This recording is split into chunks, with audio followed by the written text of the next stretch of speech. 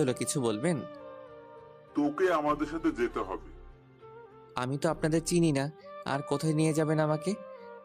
তোর জমের বাড়ি। হুম হুম হুম হুম হুম। দেখুন, আপনারা যেই হন, আমি আপনাদের সাথে কোথাও যাব না। আমার দেরি হয়ে যাচ্ছে, চললাম। এই কথা বলতেই কেউ একজন আমার মাথার পিছনে ভারী কিছু দিয়ে মারলো। সাথে সাথে অজ্ঞান হয়ে গেলাম। তারপর আর কিছু মনে নেই। তারপর যখন চোখ খুললাম, নিজেকে একটা বন্ধ ঘরের মধ্যে আবিষ্কার করলাম। মাথাটা কেমন জানি ব্যথা করছে, উঠতে পারছি না, কারণ হাত পা বাঁধা আছে। তার মানে কেউ আমাকে কিডন্যাপ করেছে। চিৎকার করতে লাগলাম, কিন্তু কারো সারা শব্দ শুনতে পেলাম না। হঠাৎই দরজা খোলার শব্দ পেলাম। তারপর 4জন লোক ভিতরে আসলো। কারা আপনারা? আমরা কে এটা জেনে তোর কোনো লাভ নেই। তাহলে আমাকে এখানে ধরে এনেছেন কেন? আমি তো আপনাদের কোনো ক্ষতি করিনি।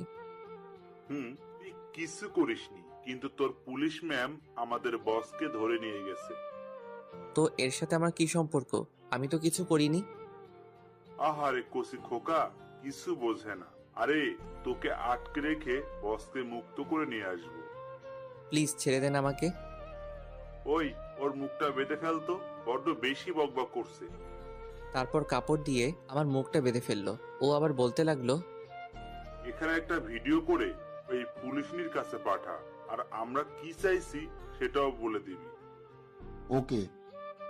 এদিকে পুলিশিনি আমার মোবাইলে একের পর এক কল দিচ্ছি, কিন্তু মোবাইল বন্ধ বলছে। দূর, শয়তানটা ফোন বন্ধ করে রেখেছে।